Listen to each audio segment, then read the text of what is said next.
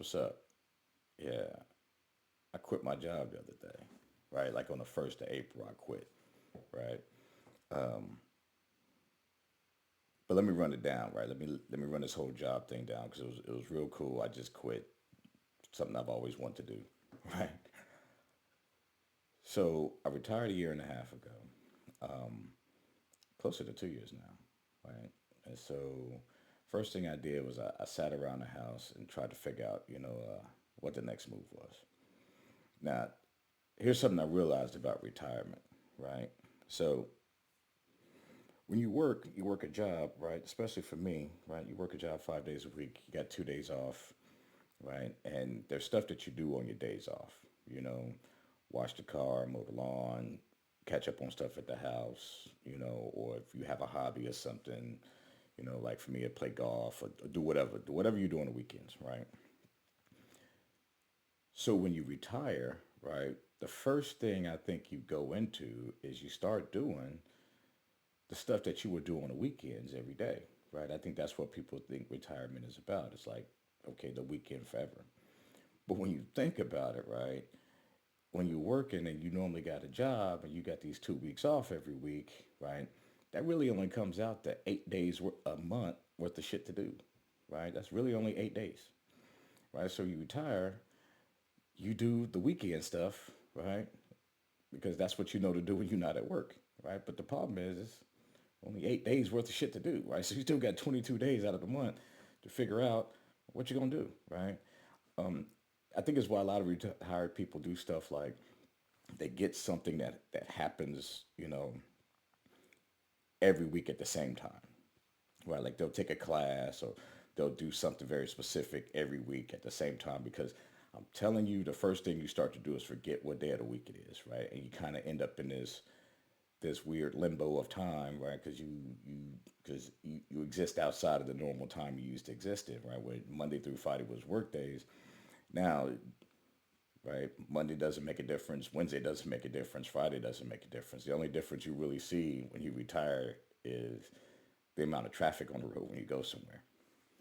So,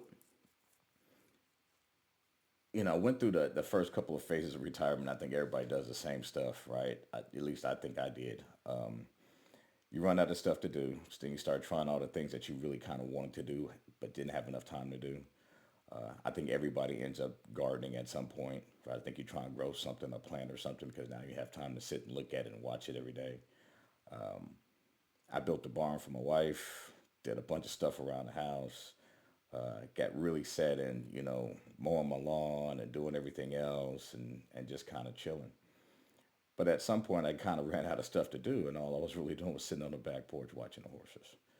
Um, and I think for my mental health, right, and for my wife's mental health, I needed to get up and do something.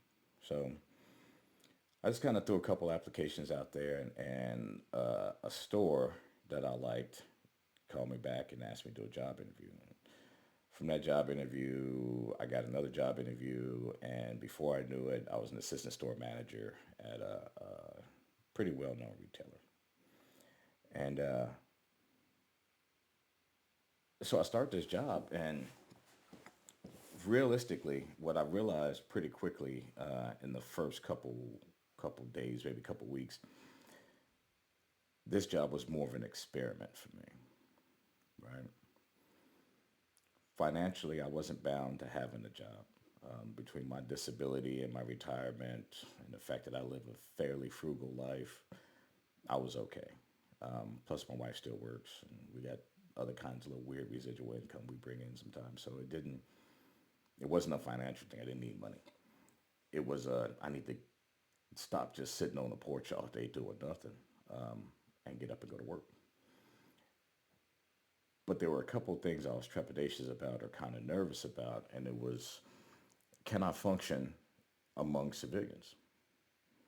Right? I mean, I've been in the military for 28 years. I know one way of doing things, one type of people, very regimented, very organized, um, very serious job, and I know that the culture of working a job in the military has got to be different than the culture of working a job as a civilian, especially in the retail space. So it really came down to being an experiment. And once I figured out that it was kind of an experiment for me, right, that there was no loss here, there's no ability to fail, because if I did terribly at the job and they fired me, wasn't like I would be counting on these people for reference on a resume somewhere. It, it wasn't that serious, right? This is really kind of play for me. I even went out and bought play clothes to wear to work, right? Um, so I took this job, and civilians are different, right? It's just it's a different atmosphere, and I think that the one of the big differences I think I noticed in this whole process is in the military, the option of quitting was never really there, right? The ability to quit or to say I'm not doing this really wasn't there. You just did, right? If there's a job to do, someone told you to do a job, you just went and did it, right? You did the best you could, and that was just how it was done. You didn't walk away from a job until it was done, right? So that was one of the things that I learned, and I'm glad I learned it, is the ability to look up at the clock at 5 o'clock and go, oh, I'm off, in the middle of a job, just walk away from it, with things not done, right? Which was pretty cool to learn. The other thing is civilians, I think you're there's more, I guess, personality conflict, right? People can kind of say and be themselves a little more than, I'm used to in the military, which is fine. But that was just different. Uh, I thought it was strange that people could like come to work and you clearly smell alcohol on them, and it was just like nobody said anything. It was like, cool, like, that's different. And then I think the other thing that was really diverse is working with people from various age groups, right? So I'm working with people that are, 18, 19 years old, and people that are, 70 and 80, all in the same shift, right? And just kind of understanding people. Of course, I'm always excited to meet people and just hear about where they're from and hear about their life and background, because I just enjoy learning about people. So that was pretty cool. And then I think the other thing that I really wanted to try and really wanted to figure out is, can I talk to people? In the military, as a master chief, it's not a question of can you talk to people. People have to listen to you. There's really no other way around it, right? You start asking somebody questions, they have to answer questions. But can I walk up to somebody, a complete stranger, engage them in conversation, right? And learn about them, learn things about them, learn about their past, their history. People who don't have to answer me, they just simply decide to. And I found I can. It became a game that I used to play sometimes when I was at work. Customers walk in, and I would look at people who clearly, in regular everyday life, probably wouldn't speak to me. And I would greet them and start a conversation, and quickly, you know, I know, their life story, where they're from, how they grew up, what they got at home, what kind of pets they have, all kinds of crazy things, which was something that I thought I may have had a gift for, in the military, but I had never tested it out with civilians, and so I did. And I found out I can talk to anybody, right? I can get along with anybody and get anybody to kind of open up. And I think it just reinforces something that someone told me years ago, is that I'm a genuine person. And I think being genuine just transcends military, civilian, whatever. Um, but I did enjoy that part of the job. So what it came down to was the reason why I quit was because they asked me to do something I said I wouldn't do. I'm not angry. I'm not upset. I don't have any ill feelings towards the people I work with or the people I work for. Um, oh, they are terrible at leadership and management and accountability. They're just horrible at all these things. I don't fault them for it, because you know they're in leadership positions, quote unquote leadership positions, without any real leadership training. or any real background in leadership. Funny story, I was sitting there talking to one of the store managers, and he was like, "Well, you've been in the military for 30 years, so you know a lot about leadership." I was like, "Yeah, I know a little bit." He was like, "Well, leadership in retail is different." And I thought, yeah, that's how I know you have no idea what you're talking about, right? For 30 years, I had a job where I could look a man in the face and tell him to go do something that would risk his life. And he would say yes and go do it. If I can tell someone to go risk their life and they say yes and go do it, I'm pretty sure I can tell somebody to put a box of tools on the shelf. I mean, there is no difference. Leadership is leadership. Do you inspire people? Do you drive people? Do you motivate people to get a job done? That's what leadership is. Um, so I don't fault the guy because that's all he's ever known is retail, right? And for him, that is hardcore leadership is being a store manager of a retail organization, right? And I don't take anything from him. I don't look down on him. I just understand that's his perspective. Um, but I have faced bigger leadership challenges than a retail store manager. Um, that's just the flat out truth.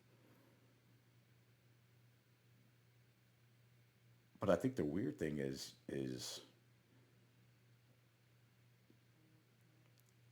you see people in these positions, right? And they're the turtle on the stump, right? Some people get into a position, don't know how they got into it, and don't know what to do once they get there. Which is kind of I thought was unique to the military, but no, it happens in the civilian world as well.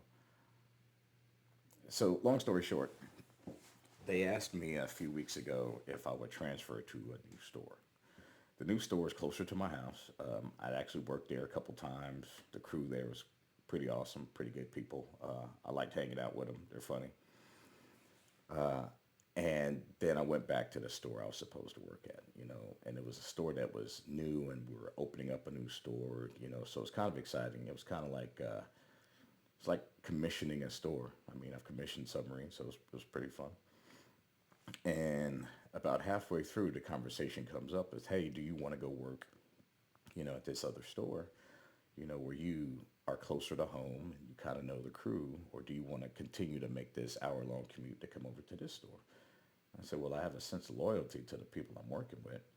And months ago, I told you we would get through this as a team, and we would work hard and we would succeed. Um, and I owe it to them. So, no, I would rather stay here, right? I've spent time building a team, right, and plan to be successful. And someone was like, well, we thought that that's what you wanted. I said, no, I never said that. So I ended the conversation by saying, hey, if that's what you do, if you try to send me to another store, I'm just going to quit. I mean, I don't really need this job. And the only real reason why I'm willing to do what I'm doing now is because I have a sense of duty, right, and a sense of loyalty to the team of people that I told I would be here for. And I thought that was the end of the conversation until I came into work and I went to clock in and I looked at the schedule and they didn't have me on the schedule and they had me on the schedule for the other store. And I was like, oh, you changed my store. And it's like, well, yeah, we thought that's what you wanted. I said, no, that's not what I wanted. And I quit. Is there anybody else I need to talk to make this official, or are we good here? And that was it. I looked at my store manager. I said, hey, it was a pleasure working with you. We accomplished a lot of great things. I think you and your team are going to be great in the future. You have a lot of success, just, you know, not with me. And I grabbed my stuff and I walked out and I got in the car and I drove off. And I was kind of conflicted, thinking about this. I've never quit a job before, right? I mean, I probably did, back, 28 years ago, but I don't really remember it. And I don't remember what it was like. You know, for, for 28 years, every job I've been given, I had to do it. There was really no other way around it, regardless of how I felt about it, regardless of the people I had to work with, right? In the military, you have a job, you have a mission, you have a task. It must be done. You just do it. And it just felt strange to like walk away. But as I'm thinking about it, I look and I go, well, I'm, especially in a retail organization, I'm just a cog in a wheel. I'm not vital, right? And even if I was vital, I've been watching this organization operate for the last 5 6 months. I realized that there's a high turnover rate because you know what I mean they don't really care about employees, right? And I'm not attacking them as a company or anything else. I figure most companies that pay minimum wage probably don't really give a shit about the employees. Right? They'll tell you they do, but they don't because if they really gave a shit about you, they would probably pay you more than minimum wage, right? So you're working for someone who is literally paying you the least amount of money they possibly can to get you to work, right? So you shouldn't expect for them to care about you, to go the extra mile, to do anything extra, right? You're a cog in a wheel. And I was a cog in a wheel. They decided they wanted this cog to go into another wheel, and I simply don't have to do that, so I walked away from it. But it was a great learning experience. You know, I tested myself. Uh, I never ever got angry at work. I never lost my cool. I was always kind of patient and laid back. I demonstrated that I still have the same hardcore work ethic because literally I worked in like four different stores, right? Because at some point it almost became like, hey, these guys need help. Who can we send over to help them? And somehow that became my job. But I think that's just a curse of competence because it's happened to me most of my life when it comes to work. I'm just a hardworking person.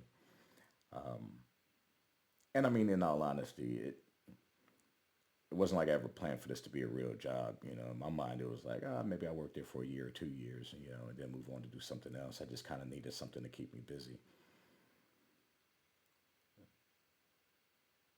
So I can walk away from it and feel perfectly fine and look at the lessons I learned from it. And I don't know, maybe I'll get another job, maybe I won't. Uh, Depends on if I find more stuff to do around the house. I think the summer is coming, so I got to mow the lawn and do all kinds of other stuff that I do during the summer, so I'll be pretty busy. But it was a cool experiment. I learned a lot.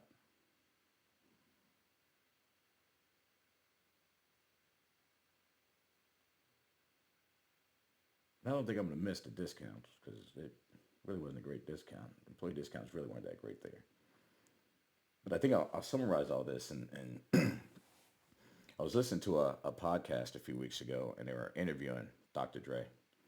And they asked him how he felt when, he was leaving NWA, and then, the whole death row thing, then he leaves death row. They're like, weren't you nervous? Weren't you worried about it? And he said something that stuck with me. He said, I wasn't worried about leaving because I knew I was taking my talent with me. He said, when you have talent and skill, you don't worry about leaving because talent and skill will always produce successful results. So that's all I want to talk about, right? Talent and skill will produce successful results. Uh, it's okay to quit a job once in a while. I thought it was pretty awesome.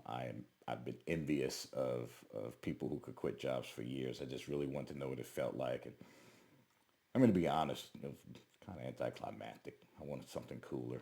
Maybe I'll get another job and just, I don't know, go all drama queen on their ass when I quit or something. I don't know. That's really not my style, but I was still, you know, humbled by the experience and happy to work for the company. Oh, by the way, a couple months ago, uh, they asked me to be in a commercial. So I did a commercial for this company. So you may see me on TV. Uh, and yeah, it looks like me. My name is on my vest. Only difference is my hair is probably braided to the back. So keep an eye out. I may only appear on the screen for a few moments, but I did some voiceover stuff, so you might hear my voice too. So that was my last retirement update. So I'll try and keep these pretty consistent. I'll let you boy.